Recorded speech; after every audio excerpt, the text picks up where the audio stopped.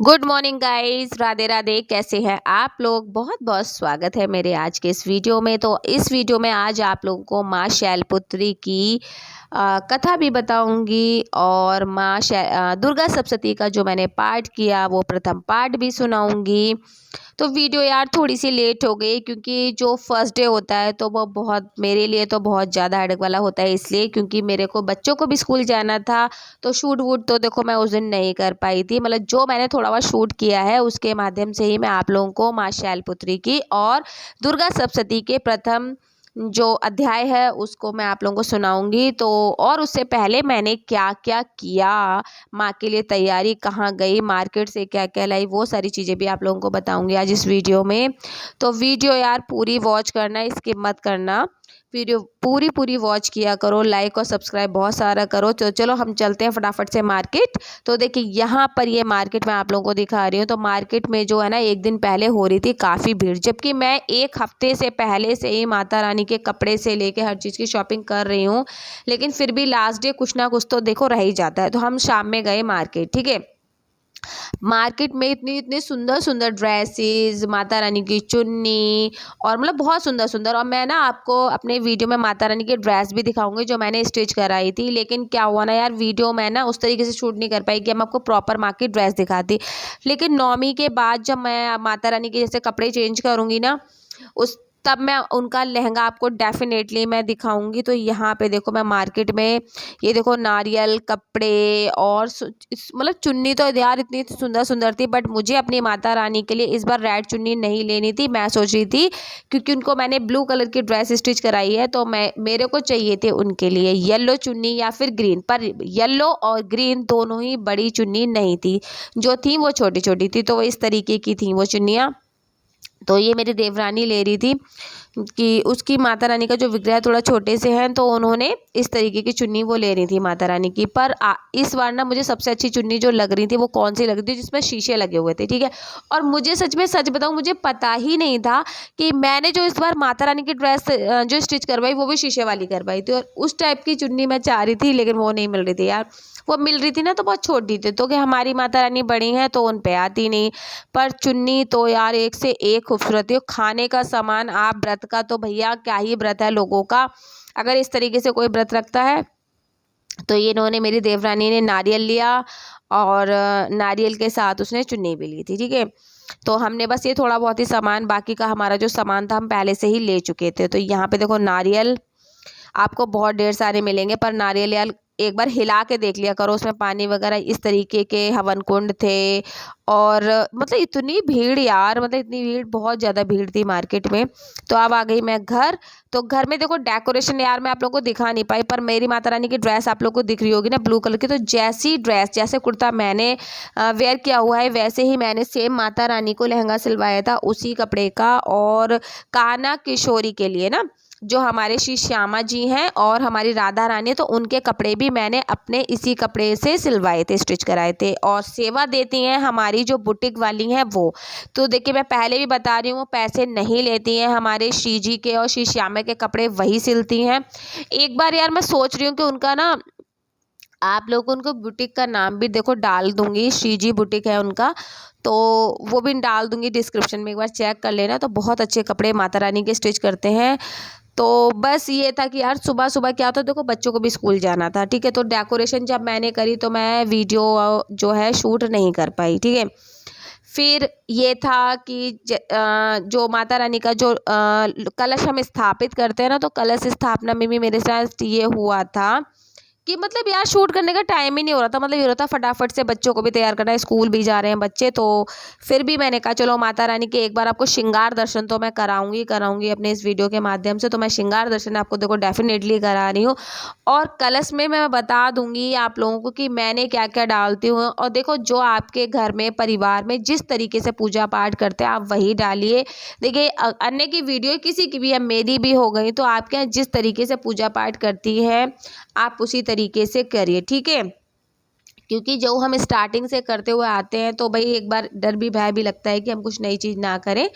तो लेकिन आपका मन है, आप चाहे तो कर सकते हैं। यहाँ पे हमारे कन्नू किशु माधव को देखो, ये ड्रेस इनकी मैंने एक महीने पहले खरीदी थी, होली पे लाई थी, पर होली पे नहीं पहनाई थी। होली से, मतलब उस दिन ही विचार आ गया था कि नहीं ये नवरात्रों के लिए सही है। तो मुझे तब नहीं पता था कि मैं इस तरीके की ड्रेसेस सबके लिए खरीदूंगी। यहाँ पे मेरी माता रानी मंदिर के अंदर एक जो है श्री श्यामा को देखिए, श्री श्यामा कितने सुंदर लग रहे हैं ना। और यार मैं काश आपको दिखा पाती उनकी पूरी ड्रेस, बहुत सुंदर ड्रेस है। लेकिन जब एक ड्रेस इनकी चेंज करूंगी ना 81 पे, तब मैं आपको एक बार दिखाऊंगी जरूर इनकी वीडियो कि मतलब कि कैसे उन्होंने स्टिच करी है। बहुत सुंदर डिज़ाइन मतलब उन्होंने बनाया। यहाँ पे माता रानी का मेकअप देखिए मैंने इस तरीके से किया था। ये येलो कलर की चुन्नी, इस चुन्नी पर बने थे स्वास्तिक। वो स्वास्तिक आप लोगों को नहीं दिख रहे होंगे क्योंकि येलो ही चुन्नी और येलो ही कलर के उन पे स्वास्तिक बने हुए थे। बहुत सुंदर सा इस तरीके से मैंने मिट्टी का वायरा कलश स्थापना के लिए यहाँ पे रखा है। और ये है हमारी डेकोरेशन जो मैंने यार करी थी, ठीक है। थोड़ी बहुत आप लोग एक बार कमेंट करके मुझे बताना कि आप लोगों को जो डेकोरेशन है वो कैसी लगी और हमारी माता रानी का श्रृंगार कैसा लगा। आप लोग जरूर कमेंट करके बताया करो, तभी तो पता चलेगा यार मेरी मेहनत का फल हमें। तो माता रानी तो देखो डेफिनेटली बहुत सुंदर लग रही है, बहुत सुंदर लग रही है। मतलब मैं टच वुड बहुत सुंदर लगती है। और मैं जब भी माता रानी को तैयार करती हूँ तो मुझे नहीं लगता कि मैं उनको श्रृंगार कर रही हूँ, मुझे ऐसा लगता है कि माता रानी मुझसे स्वयं श्रृंगार करवा रही हैं। तो ये भी हमारे एक अहोभाग्य ही होता है कि हम किसी देवी देवता को हम श्रृंगार कर पाते हैं। तो ये हमारे खुद के कर्मों के एक फल होते हैं जो माता रानी के लिए हम इतना कुछ कर पाते हैं, ठीक है। वरना यार इंसान की क्या ही मिजाल की कुछ भी ईश्वर के लिए कर पाए, क्योंकि उनका ही दिया हुआ है और हम उनको ही अर्पण करते हैं कि हमारा तो कुछ है नहीं यहाँ पे, है ना। चलिए अब देख लो एक बार श्रृंगार फिर से दिखा रही हूँ मैं आप लोगों को। बहुत सुंदर लग रहे थे सारे बच्चे आज तो बस निगाह हट नहीं रही थी इसलिए बार बार। और ये चुन्नी देखो हमारी किशोरी जी की, इस बार किशोरी जी की गोल्डन चुन्नी इतनी सुंदर लग रही थी ना, आपको मैं दिखाऊंगी बिल्कुल अलग अलग से। भाई जिस दिन कपड़े चेंज करूंगी डेफिनेटली कोशिश करूंगी वीडियो बनाऊं और आप लोगों को दिखाऊं। यहाँ पे मैंने दीपक प्रज्वलित किया। सबसे पहले हमें दीपक ही प्रज्वलित करना चाहिए, उसके बाद इस तरीके से मैंने करी कलश स्थापना। इस कलश में आप लोगों को बता देती हूँ मैंने क्या क्या डाला। मैंने 2 जो है हल्दी की गांठें थी, रुपए थे, इसमें आप लौंग का जोड़ा और सुपारी और ये सारी चीज़ें 5 चीज़ें, बतासे, कुछ पैसे सिक्के जो भी होते हैं, इत्र भी डाल सकते हैं आप, फूल भी डाल सकते हैं और हल्का कोई कोई दूध भी डालता है, बट मैं दूध नहीं डालती हूँ, मैं इत्र वगैरह तो डाल देती हूँ, लेकिन इस बार मैंने इत्र भी नहीं डाला, ठीक है। तो ऐसे करी थी मैंने कलश की स्थापना, ठीक है। यहाँ पर हमारी माँ लक्ष्मी और जो हमारी दुर्गा मैया हैं वो बहुत सुंदर लग रही थी। मैं बस उनको, और देखिए माता रानी भाव से अच्छी लगती हैं। और यहाँ पर अब मैं आपको सुनाऊंगी दुर्गा सप्तशती का प्रथम अध्याय, तो बहुत ध्यान से सुनिए। तो चलो सुनाती हूँ आपको दुर्गा सप्तशती का पहला अध्याय। तो अध्याय देखिए इस प्रकार है कि प्रथम चरित्र ब्रह्मा ऋषि महाकाली देवता गायत्री छंद नंदा शक्ति रक्तदंतिका बीज अग्नि तत्व और इंग स्वरूप है। श्री महाकाली देवता की प्रसन्नता के लिए प्रथम चरित्र के जप में विनियोग किया जाता है। भगवान विष्णु के सो जाने पर मधु और कैटम को मारने के लिए कमल जन्मा ब्रह्मा जी ने जिनका स्तवन किया था, उन महाकाली देवी का मैं सेवन करता हूँ। मैं अपने 10 हाथों, वे अपने 10 हाथों में खड्ग चक्र गदा बाण धनुष परिघ शूल भुषुंडी मस्तक और शंख धारण करती हैं। उनके 3 नेत्र हैं, वे समस्त अंगों में दिव्याभूषणों से विभूषित हैं। उनके शरीर की कांति नीलमणि के समान है तथा वे मुख और 10 पैरों से युक्त हैं। मार्कंडी जी बोले कि सूर्य के पुत्र सर्वाणी मनु जो 8वें मनु कहे जाते हैं, उनकी उत्पत्ति तथा कथा विस्तार पूर्वक कहता हूँ। तो देखिए कथा किनकी है, जो सूर्य के पुत्र 8वें मनु हैं उनकी ये विस्तार पूर्वक कथा है कि वो कैसे बने। सूर्य कुमार महाभाग सर्वाणी भगवती महामाया के अनुग्रह से जिस प्रकार मनवंतर के स्वामी हुए वही प्रसंग सुनाता हूँ। पूर्व काल की बात है कि स्वारिचु मनंतर सूरत नाम के एक राजा थे जो चैत्र वंश में उत्पन्न हुए थे। उनकी समस्त भूमंडल पर अधिकार था। वे प्रजा अपने औरों से पुत्रों की भांति धर्म पूर्वक पालन करते थे। तो भी उस समय कोलध्वसी नाम के क्षत्रिय उनके शत्रु हो गए, ठीक है। राजा और सूरत की दंड नीति इतनी ज्यादा प्रबल थी कि शत्रुओं के साथ उनका घोर संग्राम युद्ध हुआ। यद्यपि कोलध्वसी संख्या में तो कम थे, तो भी राजा सूरत युद्ध में उनसे परास्त हो गए। तथा वे युद्ध भूमि में अपने नगर को लौट आए, केवल अपने देश के राजा होकर रहने लगे। समूची पृथ्वी सब और उनका जैसे पूरी पृथ्वी से जो था उनका अधिकार जाने लगा, किंतु वहां भी उन प्रबल शत्रुओं उस समय महाभाग पर अधिक आक्रमण कर दिया। राजा का बल क्षीण हो चुका था, इसीलिए दुष्ट बलवान दुरात्मा मंत्रियों ने भी उनका राजधानी से राजकीय सेना और खजाना भी हथिया लिया। सूरत का प्रभुत्व नष्ट हो चुका था, इसलिए वे शिकार खेलने के बहाने घोड़े पर सवार वहां से अकेले एक जंगल में चले गए। वहां उन्होंने विप्रम मेधा मुनि का आश्रम देखा, जहाँ कितने भी हिंसक जीव अपने स्वाभाविक हिंसा प्रवृत्ति को छोड़कर परम शांत भाव से रहते थे। मुनि के बहुत से शिष्य उनकी शोभा बढ़ा रहे थे। वहां जाने पर मुनि ने उनका सत्कार किया। उन मुनि श्रेष्ठ के आश्रम पर इधर उधर विचरते हुए काल तक रहे, फिर ममता से आकृष्टित होकर वहां इस प्रकार चिंता करने लगे। पूर्व काल में मेरे पूर्वजों ने जिसका पालन किया वह नगर आज मुझसे रहित है। पता नहीं मेरे दुराचारी भृत्यगण उनकी धर्म पूर्वक रक्षा करते हैं या नहीं। जो सदा मत की वर्षा करने वाले शूरवीर था, वह मेरा प्रधान हाथी अब शत्रुओं के अधीन होकर जाने किन भोगों को भोगता होगा। जो लोग मेरी कृपा, धन और भोजन पाने के लिए सदा मेरे पीछे पीछे रहते, वे निश्चय ही वे दूसरों के राजाओं का अनुसरण करते होंगे।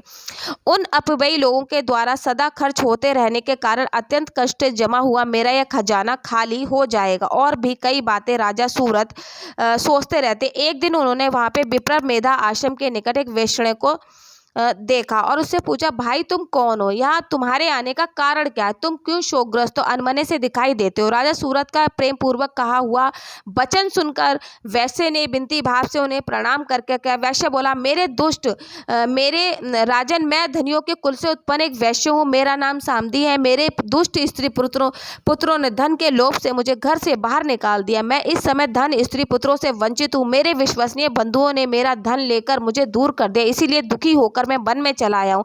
यहाँ रहकर मैं इस बात को नहीं जानता कि मेरे पुत्रों की स्त्री और स्वजनों के कुशल है या नहीं, उसके घर से कुशल रहते अथवा कोई कष्ट है।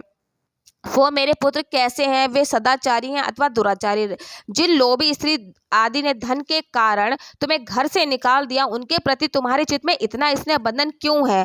वैश्य बोला, आप मेरे विषय की बात जैसी कहते हैं वो सब ठीक है, किंतु मैं क्या करूं, मेरा मन निठुरता धारण नहीं करता। जिनके धन में लोभ में पड़कर पिता के प्रति स्नेह, पति के प्रति प्रेम तथा आत्मजन के प्रति अनुराग तिलांजलि दे घर से निकाल दिया, उनके प्रति मेरे हृदय में स्नेह। महामते गुणहीन बंधुओं के प्रति जो भी मेरा चित्त इस प्रकार प्रेम मग्न हो रहा है, ये क्या है? इस बात को मैं जानकर भी नहीं जान पाता। उनके लिए मैं लंबी सांसें ले रहा हूँ। मेरा हृदय अत्यंत दुखित हो रहा है। उन लोगों में प्रेम का सर्वथा अभाव है, तो भी उनके प्रति मेरा जो मन है निठुर नहीं हो पाता। इसके लिए मैं क्या करूं? ब्राह्मण तदंतर राजाओं के श्रेष्ठ सूरत और समाधि नामक वैश्य दोनों साथ साथ मेधा मुनि की सेवा में उपस्थित हुए। उनके साथ यथा योग्य न्यायकुल विनयपूर्ण बर्ताव करके बैठे। तत्पश्चात वैश्य और राजा ने कुछ वार्तालाप आरंभ किया। तो राजा ने कहा कि भगवान, मैं आपसे एक बात पूछना चाहता हूँ, बताइए। मेरा चित्त अपने अधीन न होने के कारण एक बात मेरे मन को बहुत दुखी देती है। जो राज्य मेरे हाथों से चला गया, उसमें और उनके संपूर्ण अंगों की मेरी ममता बनी हुई है। मुनि श्रेष्ठ जानते हुए भी कि वह मेरा अब नहीं है, अज्ञानी की भांति उनके लिए मुझे दुख होता है। इधर ये वैश्य भी अपमानित होकर आया है, इसके पुत्र स्त्री भृत्यों ने इसे छोड़ दिया, स्वजनों ने इनका परित्याग कर दिया, तो भी उनके प्रति इसके जो हृदय है उसमें अत्यंत स्नेह है। इस प्रकार तथा मैं और दोनों ही बहुत दुखी हैं, जिसके प्रत्यक्ष दोष देखा गया है कि उन विषयों के में हमारे मन में ममता जन्य आकर्षण पैदा हो रहा है। महाभाग, हम दोनों समझदार तो हैं, तो भी हमें जो मोह पैदा हुआ है क्या है? विवेक शून्य पुरुष की भांति मुझ में और इससे मूर्ता प्रत्यक्ष दिखाई देती है। ऋषि बोले, महाभाग, विषय मार्ग का ज्ञान सब जीवों में है, इसी प्रकार विषय भी सबके लिए अलग अलग है। कुछ प्राणी दिन में नहीं देखते, कुछ रात में नहीं देखते, कुछ जीव ऐसे हैं जो दिन और रात बराबर देखते हैं। वह ठीक है कि मनुष्य समझदार होते हैं, केवल वे ही ऐसे नहीं, परंतु पशु पक्षी मृग आदि सभी समझदार होते हैं। मनुष्य की समझ वैसी है जैसे उन मृग और पक्षियों की होती, तथा जैसे मनुष्य की होती वैसी मृग पक्षी आदि की भी होती है। अन्य बातों के प्राय दोनों में समान है। समझ होने पर भी इन पक्षियों को तो देखो, स्वयं मुख से पीड़ित होते हुए मोहबस बच्चों को चोंच में कितने चाव से अन्न डाल रहे हैं। न श्रेष्ठ, क्या तुम नहीं देखते कि मनुष्य समझदार होते भी लोभवंश है? अपने किए हुए उपकार का बदला पाने के लिए पुत्रों की अभिलाषा रखते हैं, यद्यपि उन सब में समझदार की कमी नहीं, तथापि वे संसार की स्थिति बनाए रखने वाले भगवती महामाया के प्रभाव द्वारा ममता भंवर में उनसे युक्त होकर गहरे गर्त में गिराए गए। इसलिए इन्हें आश्चर्य नहीं करना चाहिए। जगदीश्वर भगवान विष्णु की योग निद्रा से भगवती महामाया, उन्हीं के यह जगत मोहित हो रहा है। वे भगवती महादेवी ज्ञानियों में भी चित्त को बलपूर्वक खींचकर मोह में डाल देती है। वही संपूर्ण चराचर जगत की सृष्टि करती है। वही प्रसन्न होने पर मनुष्य की मुक्ति के लिए वरदान देती वे परा विद्या संसार बंधन है मोक्ष के हेतु सनातनी देवी संपूर्ण ईश्वरी की आदेश्वरी। राजा ने पूछा, भगवान आप जिन्हें आप महामाया कहते हैं वे देवी कौन है? ब्राह्मण, उनका विवाह कैसे हुआ, उनका चरित्र और कौन है? ब्रह्मा देवता श्रेष्ठ महर्षि, उन देवी का प्रभाव जो जैसा स्वरूप प्रादुर्भाव हुआ है वो सब मैं आपके मुंह से सुनना चाहता हूँ। वास्तव में राजन, वास्तव में तो देवी नित्य स्वरूपा ही है, संपूर्ण जगत उन्हीं का रूप है। उन्होंने समस्त विश्व को व्याप्त कर रखा, तथापि उनका प्रकट अनेक प्रकार से होता है, यह सुनो। यद्यपि मैं नित्य और जन्म तथापि जब देवता कार्य सिद्ध करने के लिए प्रकट होती है उस समय लोकों में उत्पन्न कहलाती। कल्प के अंत में संपूर्ण जगत एकाग्र में निग्न हो रहा था, तब प्रभु भगवान विष्णु शेष नाग की सैया पर बिछाकर योग निद्रा का आश्रय ले सो गए। उस समय उनके कानों के मैल के दो असुर उत्पन्न हुए, मधु और कैटम। वे दोनों ब्रह्मा जी का वध करने के लिए तैयार हो गए। भगवान विष्णु के नाभि कमल विराजमान प्रजापति ब्रह्मा जी ने जब उन दोनों भयानक असुरों को अपने पास आया और भगवान को सोया हुआ देखा, तब एकाग्रचित होकर भगवान विष्णु को जगाने के लिए उनके नेत्रों को निवास करने वाली योग निद्रा का स्तवन किया, जो इस विश्व की आदेश्वरी है, जगत को धारण करने वाली, संसार का पालन सहार करने वाली तेज स्वरूप भगवान विष्णु की अनुपम शक्ति उनकी भगवती निद्रा देवी की भगवान ब्रह्मा स्तुति करने लगे।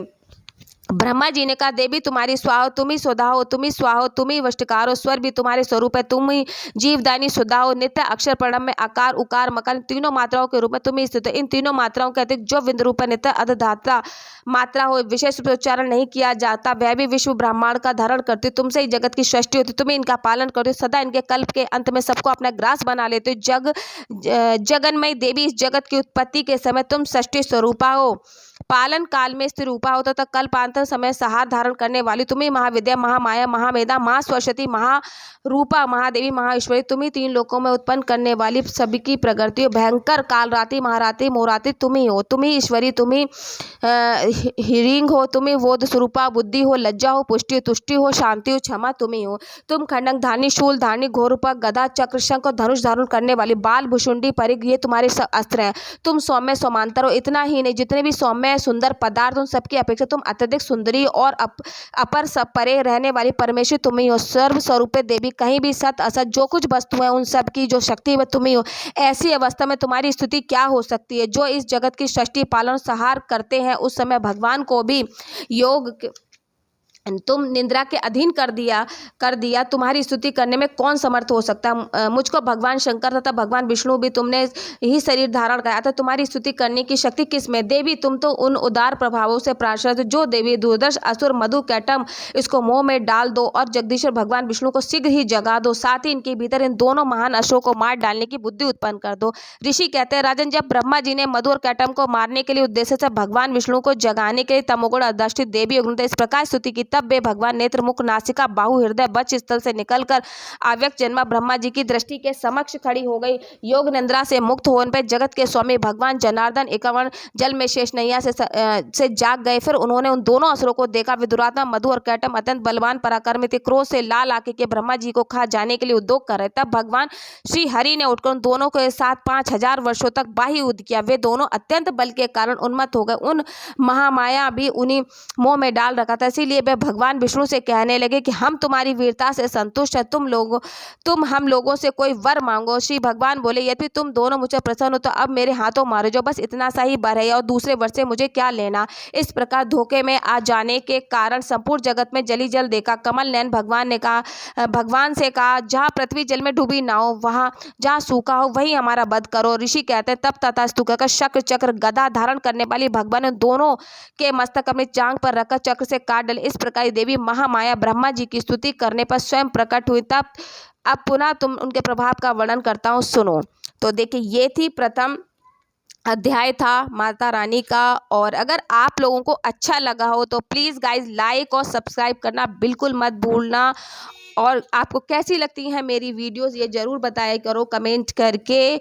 और इसी तरीके के पूरे 9 दिन तक मैं आप लोगों के लिए ज़रूर वीडियो लाऊंगी। थोड़ा सा लेट हो जाता है यार, तो थोड़ा सा एडजस्ट कर लो, लेकिन लाऊंगी ज़रूर। थोड़ा सा लेट लतीफ़ लाऊंगी पर लाऊंगी ज़रूर, ठीक है ना। तो अगर ये वीडियो आप लोगों को कैसी लगी, कैसा लगा मेरा दुर्गा सप्तशती का अध्याय, वो आप लोग कमेंट करके ज़रूर बताना। तो बाय बाय, अब हम मिलेंगे नेक्स्ट वीडियो में। Bye bye.